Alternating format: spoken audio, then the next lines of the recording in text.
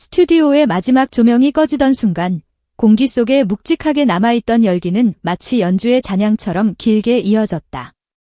팬들의 타임라인에는 아직도 환호의 파장이 살아있었고 게시판엔 누가 먼저랄 것도 없이 오늘의 하이라이트가 무엇이었는지, 그 순간의 눈빛과 호흡이 어떤 결로 맞물렸는지를 복기하는 글들이 끝없이 올라왔다. 그런데 진짜 이야기는 그때부터 시작되었다. 김용빈과 신동엽, 서장훈. 녹화가 끝난 뒤에도 셋의 리듬은 꺼지지 않았다. 카메라가 사라진 자리에 남은 건 사람의 체온과 목소리의 온도였고, 조용한 골목 끝 작은 고깃집으로 향하는 발걸음은 누가 안내하지 않아도 같은 박자를 찾고 있었다.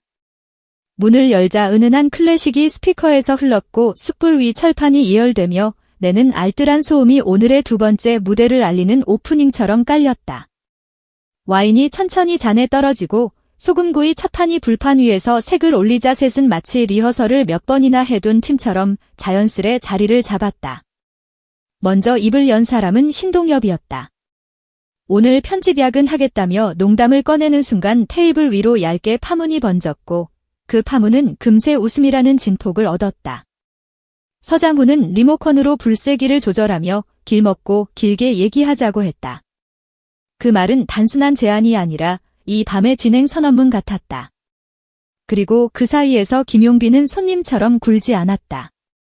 의자를 살짝 틀어 두 사람의 시선을 정면으로 받아내며 질문을 기다리기보다 먼저 귀를 여는 자세로 테이블의 호흡을 받아 적었다.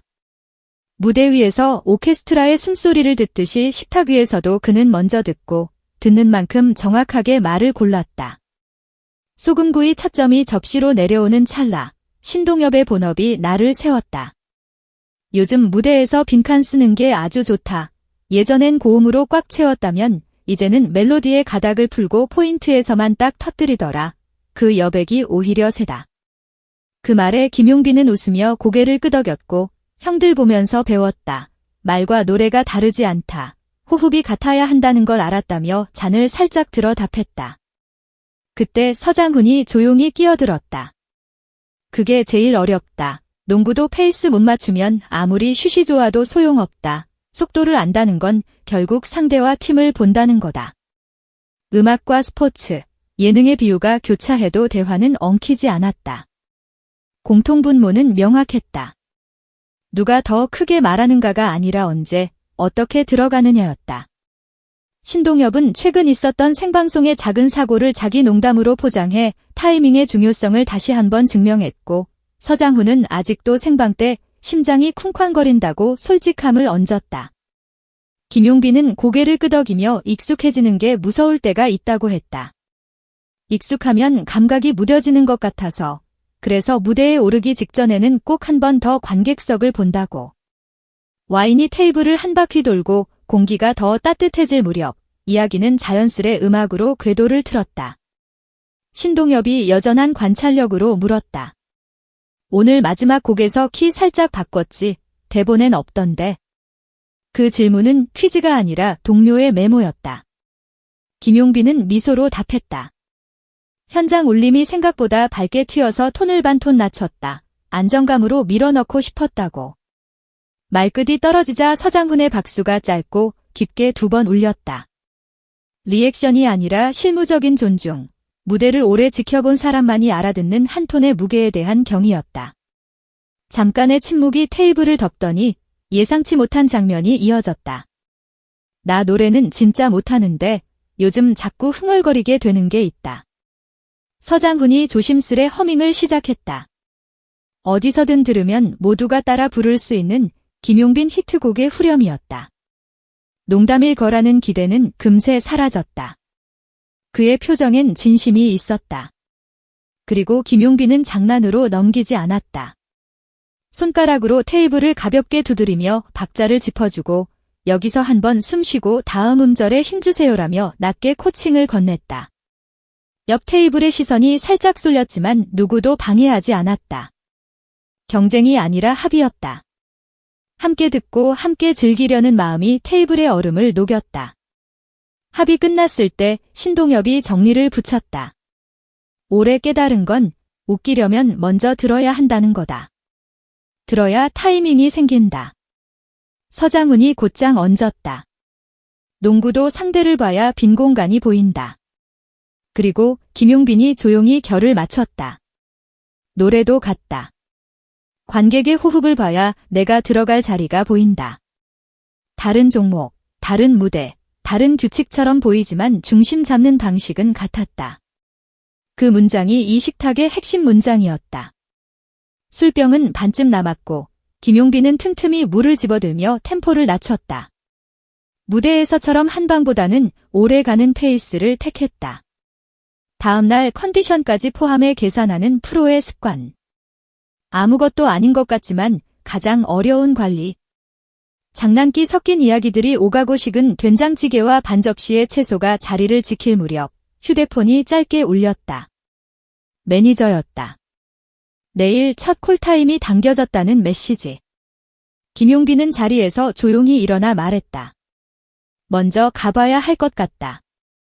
신동엽은 프로는 자기 시간을 지키는 거라며 웃었고 다음엔 넉넉히 잡자고 약속했다. 서장훈은 후반 30분에 에이스 빼는 느낌이라며 농담을 건넸지만 그 말 안에는 이 밤의 경기 운영을 이해하는 고참의 애정이 숨어 있었다. 이런 대화를 아무렇지 않게 주고받을 수 있는 사이, 그게 진짜 동료라는 뜻임을 셋 모두 알고 있었다. 문을 나서기 전 김용빈은 직원들에게도 고맙다고 인사를 잊지 않았다. 카메라가 없을 때 오히려 더 선명해지는 태도. 팬들이 궁금해했던 건 비밀이 아니라 자세였고 그 자세는 과장 없이 또렷했다. 남은 두 사람은 와인을 한 잔 더 채우며 방금 전의 문장들을 다시 세웠다. 들어야 웃긴다. 봐야 빈다. 관객을 봐야 들어간다. 서로의 필드에서 같은 원칙을 다른 언어로 말하는 순간 예능의 타이밍과 음악의 호흡, 스포츠의 페이스는 하나의 공식으로 수렴했다. 듣고 보고 맞춘다. 그래서 셋의 대화는 길지 않아도 깊었다.